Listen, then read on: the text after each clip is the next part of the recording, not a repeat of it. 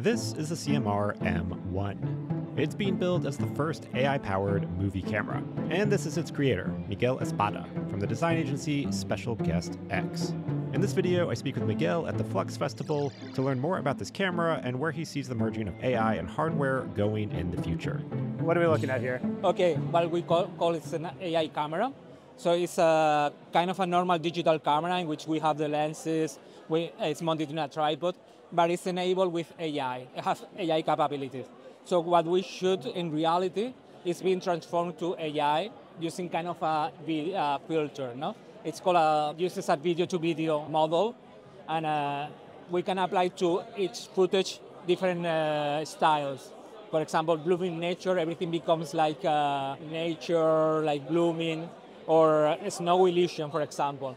These cars are held here, and if we see the footage, here we see the reality, and when I turn the wheel, everything will come snowy.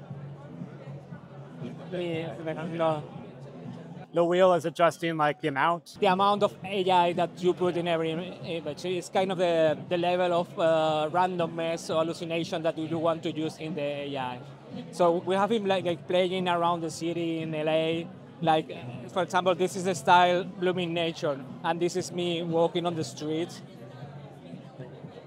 which has a very nice like transformation, like creating this kind of monsters, different kind of animations. So how is it working right now? You're recording a video, and then it's processing on the cloud, or exactly, what's happening? Exactly. So everything is rendered in the cloud. So when we record a video, we upload it to the cloud, and then we have servers there with ComfyUI, that is a model based on stable diffusion, and then we have different workflows there. Each workflow is identified by the card, and then it outputs the final video. So and then the camera can mix the reality with the AI video that is being rendered. How consistent can you get? Like if we recorded like 3 different shots, how consistent can we keep the style and like the character, like your look? So we tried, so in AI we can do like super weird things. We can hallucinate a lot, but what we tried is to create workflows that are very consistent, more like a filter. Instead of like reinventing reality, we are adding a layer of magic on top of the reality. And do you see, what would it take? Because right now you have to record and then process and then get it. What would it take where, like, if we're looking through this in real time? In real time. So when we built this camera was a few months ago, and we know AI is going so fast, it's changing every month. We have new models. And for example, now there are models that are called extreme diffusion that they can run on real time. So we are now thinking to build the second generation, which runs in real time. Of course, we have to play with the quality, the size of the image, the frames per second. There are like few nuances that we have to deal with, but we will need a bigger graphic card. But it's gonna come. This is kind of what we call is speculative design. It's something that we build now, thinking the future, thinking how it's gonna be the future. Maybe in a couple of years we don't need something so bulky. We have like a smallest camera, and you can build like cinema lenses there, and you have like amazing real-time AI. And the pace of progressing of AI is so overwhelming that it's difficult to be adapted to all these new capabilities. So do you feel like this is an artistic project, or that like this is like the future of like what we'll see with cameras, where it's some hybrid of AI or some real-time AI? There is something in between art and industrial design. I call it more speculative design.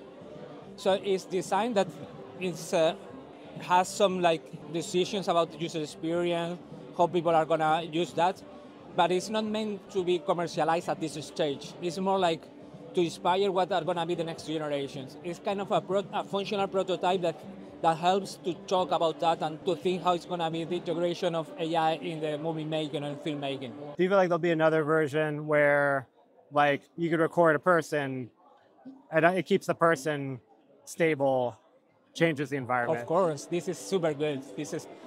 And for example, Meta has released an algorithm for for Sam? segmentation. Sam, that's right, yeah. And you can do that in real time. And you can apply different levels of AI, or just to the background or the foreground or to the hair or the face or whatever. So you can combine all these kind of things. These kind of things will be standard. I'm sure in 1 year you will use your phone and you will have like being able, you could be able to select some part of the image and generate something super great and everything. What do you think some of the biggest challenges are, like, for AI filmmaking and video creation? I think there is a kind of, it's very easy to produce AI images, but it's very difficult to create great films with AI. You need a lot of expertise, a lot of knowledge about prompting. Prompting is, you can prompt whatever, write whatever, but to find a style, something that is consistent, something that has this artistic view is very difficult. It's almost like programming. You need to fine-tune every prompt until to get something that is really great. Because at the end, it's a machine that is creating the images. And sometimes it's very difficult to control exactly what you get from the images. Your company, you make kind of like hardware for AI or something like that as one project? So, right? yeah, in my companies, we are a creative agency, so we work with clients and we create stories.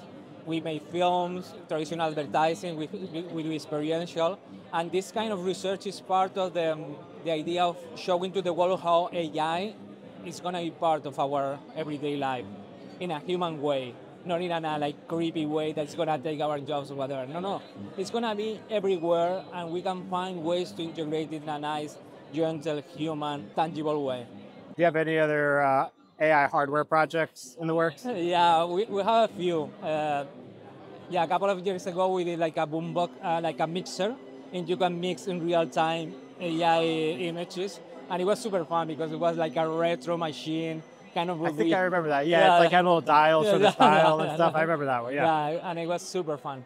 And we just did a wooden toy to create bedtime stories. That is super beautiful because everything is crafted super beautiful, and you can put different characters in a board.